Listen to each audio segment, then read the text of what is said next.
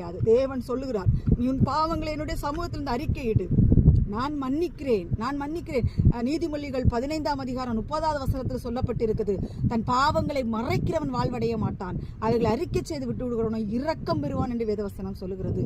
பாவத்தை செய்து கொண்டு குற்ற உணர்வோடு இருக்கிற கர்த்தருடைய பிள்ளைகளே, நாட்கள் கர்த்தர் உங்களுக்கு சொல்லுகிறார், இல்லை, நீ எழும்பி வா, உன்னை நான் நேசிக்கிறேன், உனக்காகத்தான் நான் கல்வாரி சிலுவையில் ரத்தம் சிந்தினேன், உன்னை நான் மீட்டுக் கொள்கிறேன், நீ என்னுடையவன், நீ என்னுடையவள் என்று கர்த்தர் சொல்லுகிறார். அதில் பாவத்தில் விழுந்துட்டனே, நான் இப்படி பார்த்துட்டனே, இப்படி பண்ணிட்டனே ஆண்டவரே, உமக்கு பிரியமில்லாத காரியத்தை நான் செஞ்சுட்டேனே ஆண்டவரே, நீ நான் எப்படி ஆண்டவரே உடைய முகத்துக்கு நேராக நான் வந்து நிற்பேன் என்று ஒரு மறைவிடத்தில் இருந்து ஒளிந்து கொண்டிருக்கிறீர்களா? கர்த்தர் சொல்லுகிறார், வா, நான் உன்னை நேசிக்கிறேன், நான் உன்னுடைய பாவங்களை கழுவுகிறேன், வா என்னிடத்தில், உன்னை நான் ஆசீர்வதிக்க சித்தமாயிருக்கிறேன் என்று ஆண்டவர் சொல்லுகிறார். அதனால கர்த்தருடைய பிள்ளைகளை, எந்த பாவத்தில் எந்த கட்டுகளில் விழுந்து கிடக்கிறீங்களோ, இந்த நாட்கள் கர்த்தர் உங்களை அழைக்கிறார். ஆமேன். எழும்பி வாருங்கள், கர்த்தருக்காக எதையாச்சிலும் செய்யறதுக்காக எழும்பி வர கர்த்தர் நாட்கள் உங்களை அழைக்கிறார்.